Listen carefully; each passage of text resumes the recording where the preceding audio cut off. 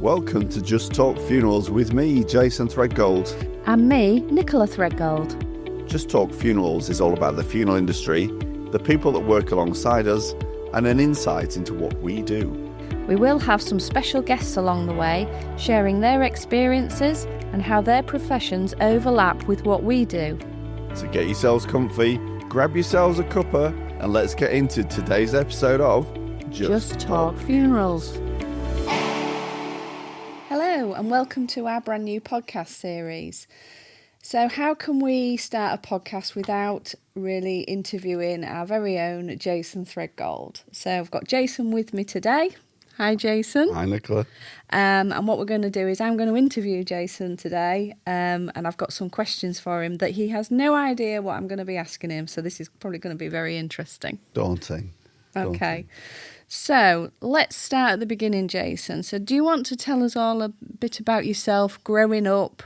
Was the funeral industry something as you were growing up you thought that you would start to become part of? Was it a role you thought you'd come into? Absolutely not, is the answer to that one. No, I grew up in Scunthorpe mainly. My dad's career took us around the country a little bit, but we always ended up back in Scunthorpe. And I always felt that I wanted to get into catering. That was my love. I loved cooking, anything to do with serving people. That was really what I wanted to get into. So from a very young age, and before I really knew the terminology, I used to say I wanted to be a cooker. Yeah. And when I realised that's an appliance as opposed to a role, then I realised that I wanted to be a chef. Yeah. So I always pushed catering heavily through school, home economics, and then for a brief moment in time, probably a year and a half, I was sent to all boys school over in Derbyshire. When I say sent, it was the only school that was in the town that we were living in. So I went to an all boys school, but I was still into catering. So I went for my interview to get into this school, and when it came up about what subjects you were going to be doing, there was no connection to catering at all. So I got mardy because I was a petulant little child at that point, and I decided that I stamped my feet around a little bit.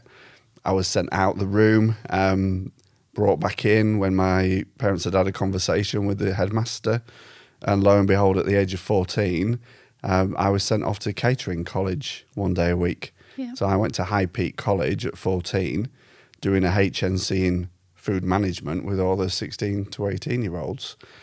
The interview, I always remember it with the headmaster there. He said that we don't do cookery, we do woodwork. And I thought, I've got absolutely no interest in woodwork whatsoever. But then skip forward a few decades, and ironically, we work with wood on a daily basis. Yeah. It was never my intention to come into this industry. I kind of fell into it in 1994. So prior to that, I'd had a couple of other roles. I came out of school, having got my HNC in Derbyshire. I'd gone back to Scunthorpe by this point, into school at Threadgold, and I went into a place called Skytech. So this was like an information technology college, if you like, in Scunthorpe, where they teach you your RSA clay, your Word, your processing, those sorts of things back then. And they put me on placement with a company called Home Finance. Now, Home Finance at the time, they had a franchise, I think it was, with Bradford and Bingley Building Society. So I started off as an office junior on a YTS scheme. And I know if anybody's listening out, if they're on a YTS scheme, back then we earned £29.50 a week. Yeah. And on £29.50 a week, I ran my motorbike. I could go out every night, and I still paid my mum a third of whatever I got in lodge. How you do that now, I've no idea, but I'm presuming it's gone up a little bit since then. Part of the role at Home Finance was I got into a little bit of mortgage, second mortgage underwriting, which I thought was really interesting. Paid a lot of attention to how you talk to people, how you serve people. And I'd always still in the background got this passion for catering. I got made redundant after probably a year and a half there, and I started looking for other roles quickly. And this is where I think maybe we'd had a touch point somewhere in our lives before, because I went to Manpower to look for agency work, and we must have crossed paths, but we didn't realise at the time back then. Yeah. And Manpower put me in a company called Geest at Barton. So this brought me back into an environment where food processing, but en masse, Yeah. which wasn't ideal in the sense of serving people individually, but serving people by the thousands, Yeah. and working my way up to being a team leader on night shift production. I thought that was a great role. But alongside that, it was a permanent night role. I was just bored. And you'll know better than anybody, I don't sleep very well, and I was just bored during the day. I wanted something to fill my time. So I came across a role with the local co-op funeral home as a driver bearer. So I went in there, was shocked to start with, because the training that I got there walking in was, yes, you've got the role, but then I just followed all these other bearers into a building, not knowing what I was going to see, and walked straight into a mortuary. And that was my first entrance into the world of death and everything that surrounds death. There was no preparation for what I was going to see, and it was just taken that, well, yeah, this is the role that you're in, you're going to come across it. But I think that, and I'm not knocking them for doing that, the guys did it for the right reason. It flat put me in the position where, yeah, you're going to be dealing with death on a daily basis, so you've got to understand that you're going to confront it. So I stayed with the co-op as a casual driver bearer. So it was just day work, still doing my nighttime work. And I stayed there from 1994 to 1997. So if you tot that up, so it's 31 years in this industry now, going back then. But in 1997, I'd heard a whisper that a role had come up with another firm in town, which was still an independent at the time. So I went to see the manager there. He said, yes, you can start straight away. So I left the co-op, started with this other firm, and I stayed there for 17 years. Now, in that 17 years, I'd left my night job. It became more of a permanent thing as a driver bearer in the early years, and I would just made myself be there. So I would come in really early in the morning. I'd be there if there was any extra work needed doing. I would be the person that went to do it. Car cleaning, name taking, driving out of town, hospital runs, anything. Anything that I could pick up, I would do. And I just loved the industry. But I worked my way up. And as people probably well know, I became funeral director there. But then when we'd met, we decided that after a few years being together, we felt it was the right thing that we should set up in business. Yeah. I could expand on that, but I don't know what other questions you're going to throw at me, so I'll leave that for the minute. So, then obviously we started our business 11 years ago. So looking back now, did you ever think at any point that you would be a businessman in the local town, very well known, with 5 funeral homes, going on another 11 years? This is the point we're at. Did you ever think that's where you would get to? When you say the word business, I never thought I'd ever hear them words said about me, businessman. I always knew whatever I put my mind to, I would be successful in. Yeah. And I always knew that I'd give it 100% regardless, whatever it was. Yeah. Yeah, businessman, I don't know about that one. I think of the time that we've been open in the past 11 years, I think I can probably say that I've got an entrepreneurial spirit and I want to push the things. But I know I am a businessman, and I know a lot of people know us now, but I would never back then have thought I would be categorised as this businessman. Yeah. And I think, we talk about business, and, I've sort of, in a future podcast, I've alluded to what my strengths are within the business. Now, one of your particular strengths is numbers, financials and things like that. Just explain to us, because you've recently found out something about how your mind is working, haven't you? Just explain to the viewers what you've realised about your brain and how you actually work with numbers, because you are fantastic with numbers. Okay, so I didn't realise it was a thing until recently, and the name of it eludes me at the moment. But basically, my brain is always, whether I'm trying to rest or I'm working, is always thinking 1,000 things at the same time. And I don't know whether anybody will resonate with this at all, but my mind works on numbers. So I can look at a word and that word becomes a number. And that might sound really crazy, but when you understand, you'll understand. And it's like you can look at the letter A and that to me is a number 3, and a V is a 2, an I is a 3 or a 1, because it depends whether you cross it at the top and the bottom or do a straight line. Yeah. And then I create sums out of that all the time. So when I get in stressful positions, my mind goes into overloads and I become this crazy in my head mathematician that's running sentences in paragraphs, turning them into numbers and equations. Yeah. And it really is hard to explain, but it seems it's a thing. Yeah. And there's people that suffer from this or have this. Yeah. I don't know if it's a good or a bad thing at times, but it's interesting. That's all I'll say, because my mind's always worrying and there's always something going on. Yeah. But yeah. Yeah, and that does worry me at times, because I can see those cogs turning and I just seem to think, oh my goodness, what's he thinking of next? What's the next thing we're going to be doing? But Yeah, I can be known to jump from one thing to another Yeah. really quickly, can't I? yeah, absolutely.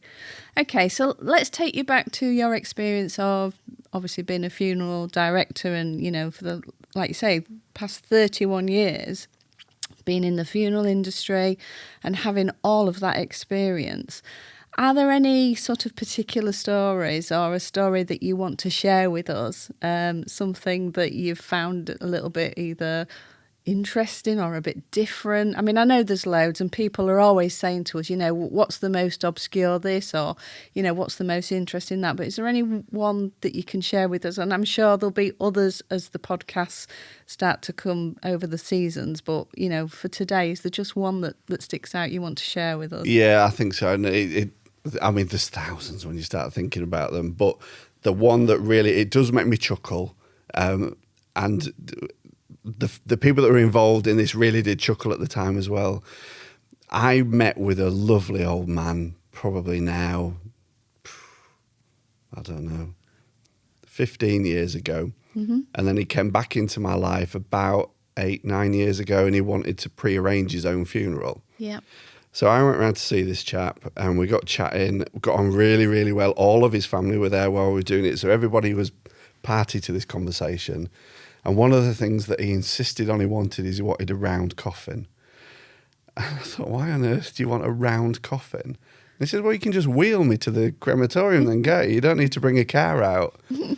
So that element was funny enough. But then it was about 4 years after he actually passed away. So I went round to meet with his family again, and we went over the notes that were taken at the time. And we talked about this round coffin, and we know logistically it wasn't going to work. And he knew it at the time as well. We joked about it at the time. But it came round to the day of his funeral, and much as we have hearses and limousines, they're all still a car. Things happen. Mm-hmm. We set off from work to drive to the house, and the first limousine had a puncture on it. Oh, my word. And we'd not made the correlation at the time. So I jumped out, and because I am like I am, I took over. We got the car jacked up, took the wheel off the car. And you would normally, if you're changing a tyre, chuck the other tyre underneath just so that the car doesn't come down while you offer up the next wheel. But one of our drivers thought he was being really helpful. He picked that tyre up as I'm offering up the next one, put it in the boot, but leant on the boot. So it pushed the car off the jack. Oh, my goodness. And the car went down onto its disc. Cutting a very long story short, because this went on for a while, we rang the family and said, look, because of it, we're a couple of minutes late. And genuinely, they thought it was hilarious. They thought it was him having a joke on me for not having a round coffin. Yeah, well, I mean, like you say, he had said to wheel me to the crematorium. I know, yeah. So, you couldn't write it, really. But yeah, that sticks with him. But there's hundreds, if not thousands, of other stories. Yeah. Yeah, fantastic. Thanks for sharing that one. So let's change things slightly. So obviously we've been in this industry so long and seeing so many, people that have gone through sad times and everything. Do you view your life any differently? Oh, yeah. Yeah, prior to coming into this industry, it was, obviously you plan for the future, don't you? And you want to make sure you've got a good future, but it certainly makes you think live for the now. You haven't got a clue what's coming tomorrow. No. You can make plans, you can save, you can do whatever you want. But the reality is, because we see it on a daily basis, Yeah. you might not be here tomorrow. And I know that sounds really morbid, but the reality is you just might not be here tomorrow. Yeah. And you don't know what's around the corner. We see tragedy every day. We see people that are hit with illness that have a very short life span from being diagnosed. And there's people that get in incidents, accidents, call them what you will. Yeah. So yeah, it's definitely, if you can do it now, do it. Yeah. Because you just don't know what's around the corner. Yeah, absolutely. I definitely echo that. Okay, so we've talked a bit about you and the business side. So let's look at some more personal questions. Oh dear. So first of all, let's talk about. Obviously, we see you as the face of Jason Threadgold. You're the funeral director, but there are so many other things that you do for our community, aren't there? In terms of sponsorship, you've alluded to your catering a little bit. Do you want to talk about some of the things that you've done to help the community? Okay. So I put my hand to as much as I can. I feel that because we're in this privileged position where we have a business and we can make time for things, but I still have a passion for things. Yeah. My release, I think probably you'll know, is catering. Yeah. So if I can find my way into doing anything catering wise, I'll do it. Whether that's cooking for church groups, homeless people, the Catholic community. I always do the Christmas lunch for the Catholic community at St Bernadette's Church. They have a bingo club, so there's usually about 120, 130 come there. The team get involved in that. If somebody throws a catering challenge at me, I love that, and I'll jump at that straight away. Charity-wise, recently, the most recent one we've done, so I did a charity, allegedly it was a walk, but it wasn't a walk when you get into it, 24 odd miles along the Cleveland Way, climbing up and down hills and mountains. That was for children with cancer. We do an awful lot of work for the hospice if they put stuff forward to us. Yeah. And we support loads of groups as well. So through sponsorship, through physical work with people, everyone will know our connections to the hospice and Scunthorpe United. We're big advocates for both of them. But yeah, genuinely anything. If somebody comes to me, it's very, very rare I would say no. Yeah. And especially if there's a challenge involved in it, or if there's a children's charity that needs something, they're the big things that resonate with me. So yeah. I would jump at anything that comes at me. Now I'm probably going to get inundated with people asking me to get involved in things, but that's fine. Bring it on. Yeah. And, I think those that are close to you and those that know you and the team know, how generous you are in terms of, and it's not just about money, is it? It's about your time to help with things as well. And I know there's things as well that you've done over the last few years that we've kept pretty private, haven't we?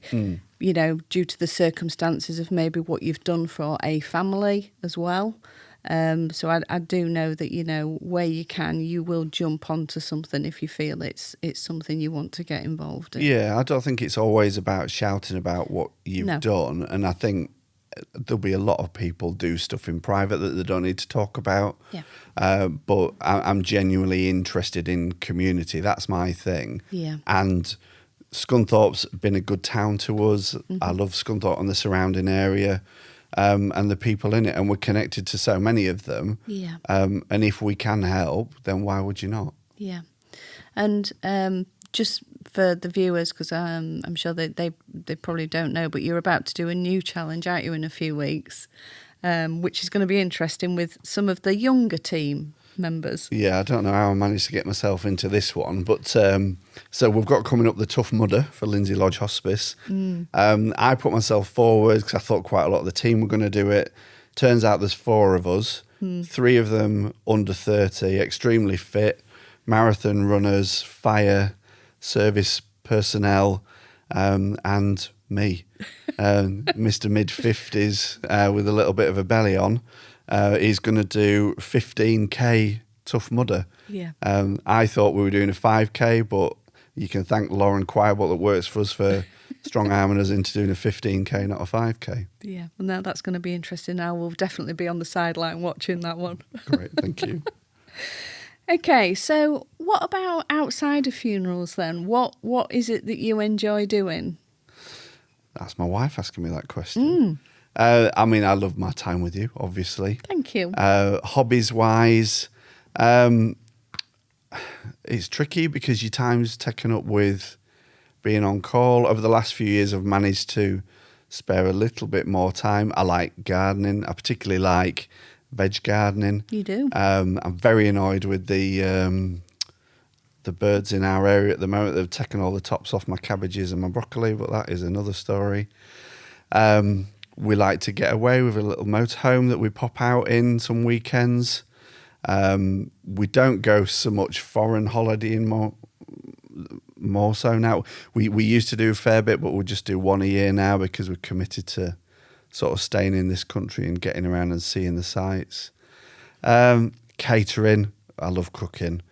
Yeah, I mean, genuinely, I love cooking. When you get home at night, that's not cooking to me, that's making a meal. Yeah. But really cooking, I like to get involved in that. Yeah. And walking, I really like walking. Yeah. Occasionally I get out on my bike. I know you are pushing me to get back out on my bike a little bit more, and I will do. Yeah. But I need the blisters to cure on the bottom of my feet at the minute. Yeah.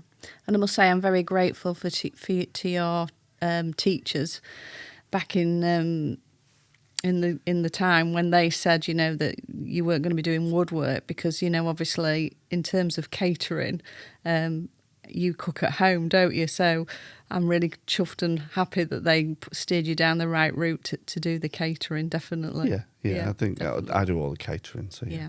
Okay, I've just got one last question for you. Just one thing that you wish people knew about you, not about your funeral side, but one thing do you wish that people knew more about you? Oh, blimey. Because you are quite private, aren't you?